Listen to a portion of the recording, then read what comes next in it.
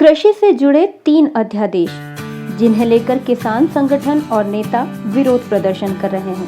आखिर इन अध्यादेशों में ऐसा क्या है जो कोरोना जैसी महामारी के वक्त, जब हमें सबसे ज्यादा सतर्क रहने की जरूरत है, किसान सड़क पर आकर प्रदर्शन कर रहे हैं। आखिर सरकार इन अध्यादेशों के जरिए ऐसा क्या बदलाव करने जा रही है जो किसानों को मंजूर नहीं है। तो चलिए सबसे पहले वो 3 अध्यादेश समझते हैं कि आखिर इनमें ऐसा क्या है।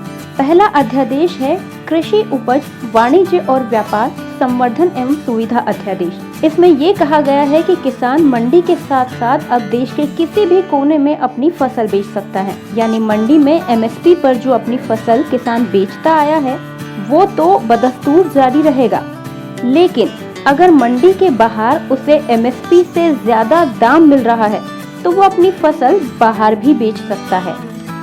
इससे होगा ये कि फसल के खरीदार बढ़ेंगे।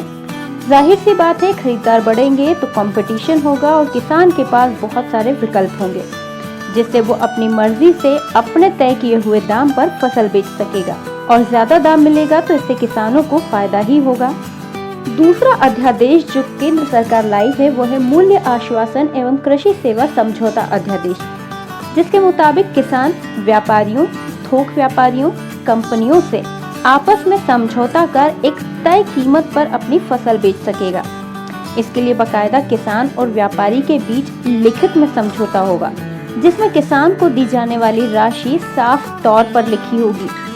ये समझौता कम से कम 1 फसल और ज्यादा से ज्यादा 5 साल के लिए किया जा सकेगा। किसान के खेत से फसल की आपूर्ति संबंधित व्यापारी या कंपनी ही करेगी और तय समय में करेगी। अगर भविष्य में समझौते को लेकर किसान और कंपनी के बीच कोई विवाद होता है तो उसे सुलझाने के लिए एक बोर्ड होगा। वो बोर्ड 30 दिन में इस मामले का समाधान करेगा। अगर ऐसा नहीं होता है तो किसान सब डिविजनल मजिस्ट्रेट से संपर्क कर सकते हैं और जरूरत पड़ने पर आगे कलेक्टर से भी संपर्क किया जा सकता है।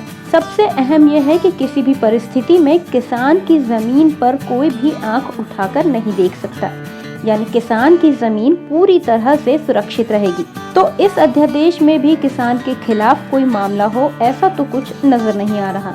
तीसरे अध्यादेश की बात करें तो वो है आवश्यक वस्तु संशोधन अध्यादेश, जिसमें ये कहा गया है कि आलू, प्याज, दाल और अनाज पैदा करने वाले किसानों को इससे फायदा होगा, क्योंकि इन्हें आवश्यक वस्तुओं की लिस्ट से बाहर कर दिया गया है। यानी अब आलू, प्याज, दाल और अनाज की कीमतों पर सरकार का नियंत्रण नहीं रहेगा। इनके दाम बाजार के हिसाब से तय होंगे, यानी किसान अपने तय किए हुए दाम पर उत्पाद बेच सकेगा। जाहिर सी बात है, अगर किसान खुद अपनी फसल का दाम तय कर रहा है तो इससे उसे लाभ ही होगा। इसके साथ ही फूड प्रोसेसिंग के लिए स्टॉक की लिमिट यानी भंडारण की सीमा नहीं होगी, यानी किसान अपनी जरूरत के हिसाब से उपज का भंडारण कर सकता है। अगर ऐसा है तो इसमें भी किसान का नुकसान तो नहीं दिख रहा। इन तीनों अध्यादेश के प्रावधान देखने के बाद एक बात तो साफ है कि इसमें किसान का नुकसान तो नजर नहीं आ रहा, लेकिन अगर किसान प्रदर्शन कर रहे हैं तो या तो ये बातें उन तक पहुंचाई नहीं जा रही हैं या विपक्षी नेता उन्हें भ्रमित कर रहे हैं। अब जरूरत है किसानों को इनके फायदे बताने की।